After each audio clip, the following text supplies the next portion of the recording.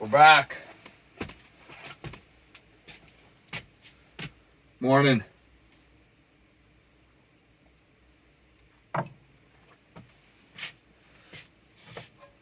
Part 2. If I could do it all over again. Number 1 was insulation.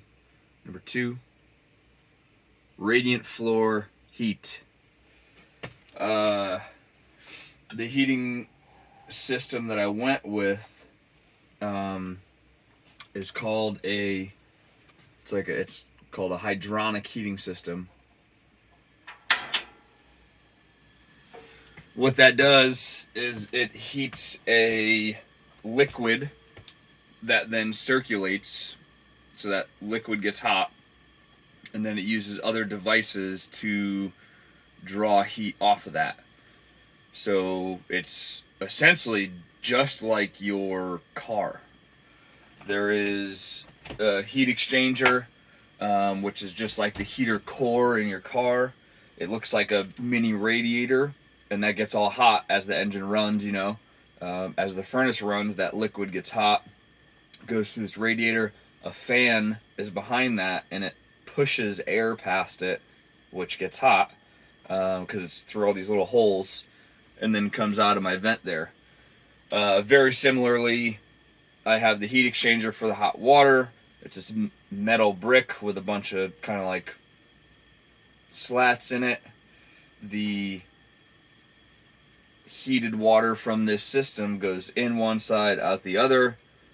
The fresh water is in different compartments in there. So there's like, heating compartment, water, heating, water, heating, water. They're separate compartments so they don't mix. My fresh water goes in the opposite flow direction and then out. It's a bunch of stuff you probably didn't need to know, but that's what's up. But I guess where I'm going with that, as I drop my eggs, no big deal, is the furnace system runs a liquid heating loop, right? So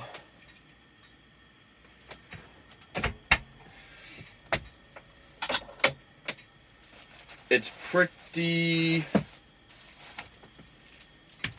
silly for me to have only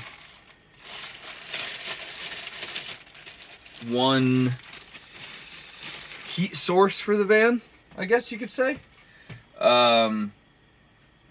That furnace is rated for like something ridiculous, like 10,000 BTUs, 15,000 BTUs, which that's a lot of heat for a small area.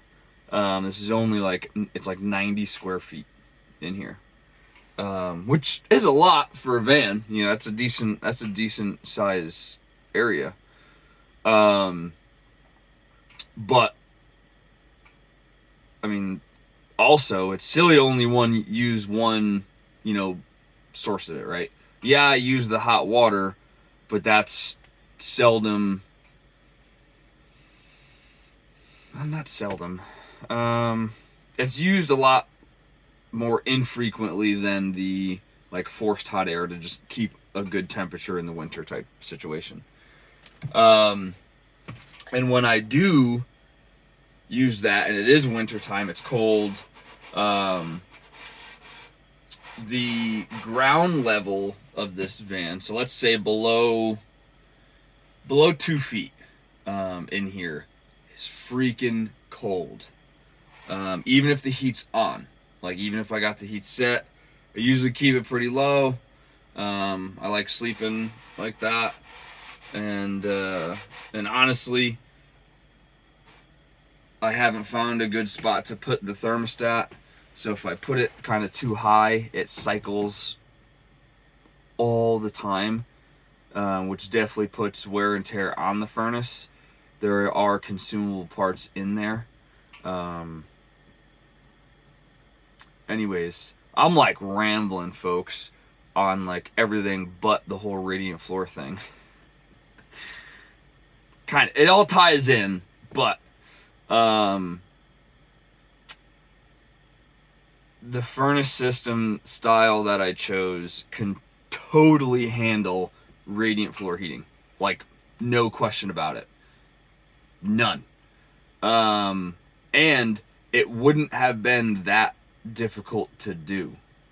Because I already have, like, I already was raising the floor. I already have pipes ran under the floor. Yeah, if I just had some thought, did some more research, maybe slow down a bit, and then kind of thought about it. I didn't know. I think it's one of those things. I don't know what I don't know type thing. It is what it is, So I can't beat myself up on it. It's not like I didn't think of it and then go, no, I'm not gonna do that.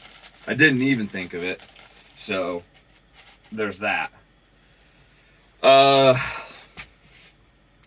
Yeah. Radiant floor heating. Would have done it. Because the floor gets freaking cold even though it's insulated. Because, just below the insulation is the underneath of the van, which is metal. Which, metal's a pretty good conductor of heat no matter what, whether it's cold or whether it's hot. So yeah, would have done that, and yeah, that would have been nice. I think it would have definitely helped with the furnace cycling issue quite a bit, because I would have a lot more like thermal mass covered, right? So just like a refrigerator, if you ever plug a brand new refrigerator in, or if you thaw out your freezer or whatever, and then you go to put everything back in and turn it on, or maybe you turn it on, then you go put it in, and you keep checking, like, man, it's like not getting cold. What's going on here? It needs thermal mass inside there to be cold. Like it's working, it just needs something to collect that cold, right? So if your fridge is like almost empty or whatever, you don't have a lot of stuff in there, it's not going to feel that cold. You're like, oh shit, it's broken. It's not. It just doesn't have the thermal mass to kind of retain all that cold. Same thing with heat. I have a lot of stuff in here, and I have a lot of aluminum, which would absolutely soak some heat up, or it soaks the fucking cold up. So if I had the entire floor done, even underneath cabinets, would have been a waste, but I don't think I would have went nuts to make sure every inch was covered, but I would have run a loop in just the easiest, biggest area. Even if it went under the cabinets, not a big deal, because it's going to give me thermal mass to keep heat.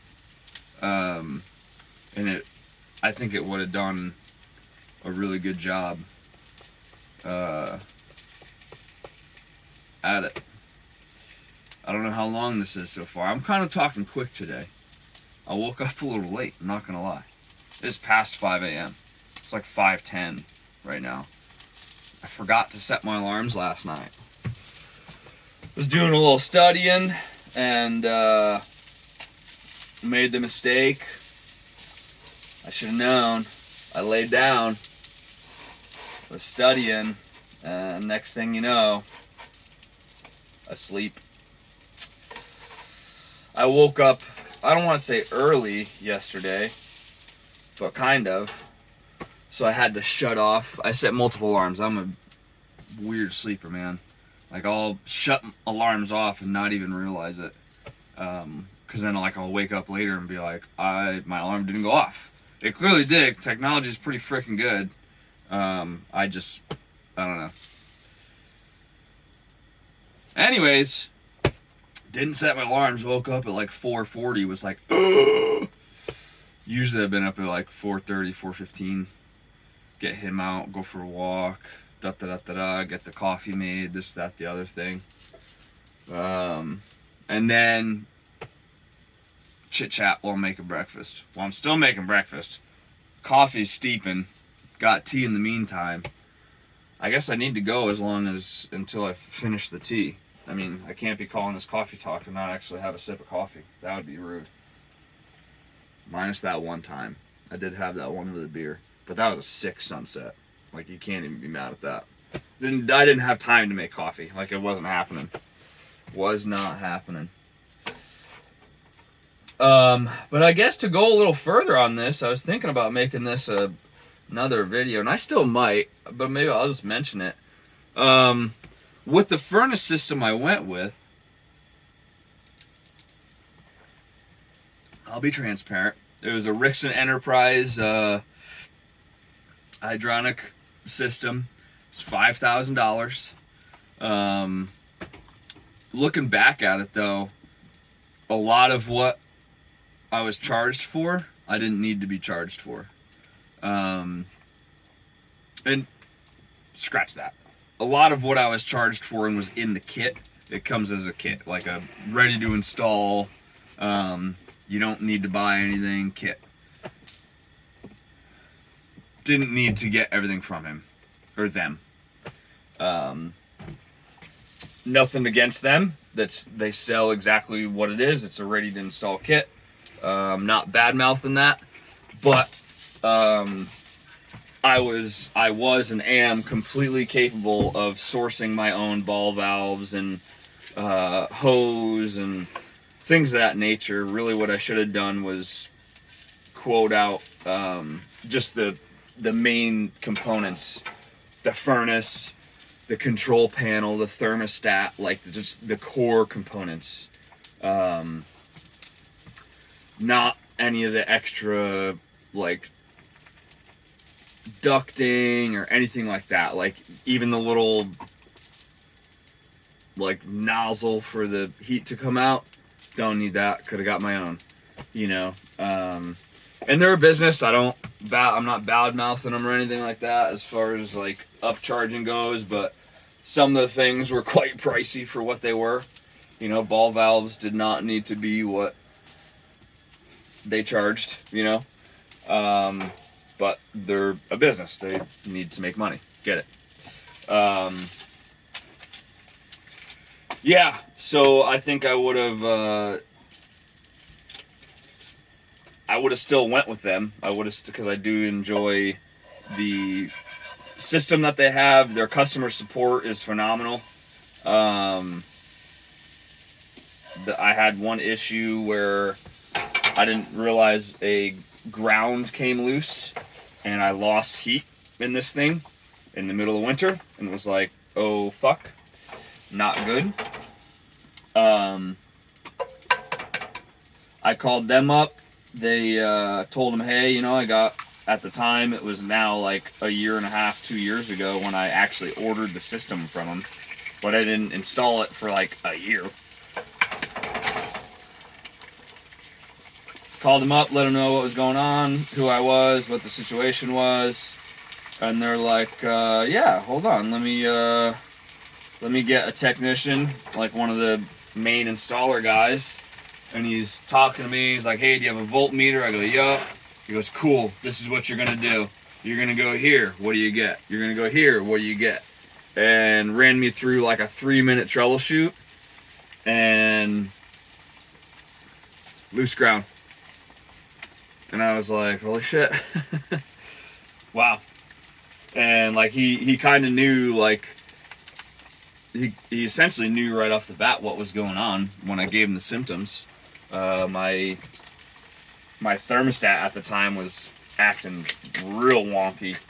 It was giving me a weird light. It was like flickering. And yeah. But everything else on this side of the van was working. I say this side because I have the van split into zones as far as electrical goes, and the furnace is tied into the distribution panel that this side of the van's on, and everything was working fine, so it kind of didn't give me any signals that it would have been a ground because everything else had good ground.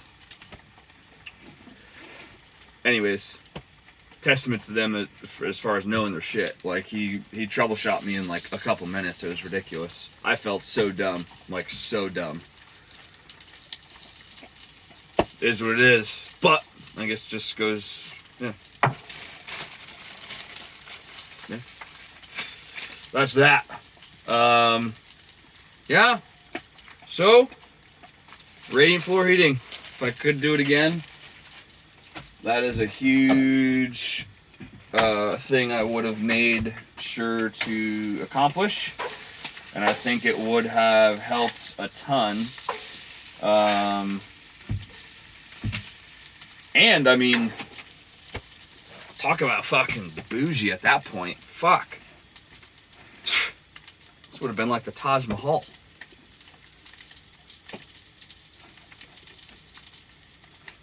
Yeah.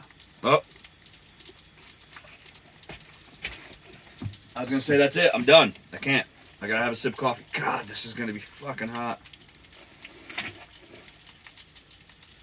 Alright, mostly tea. But coffee talk out.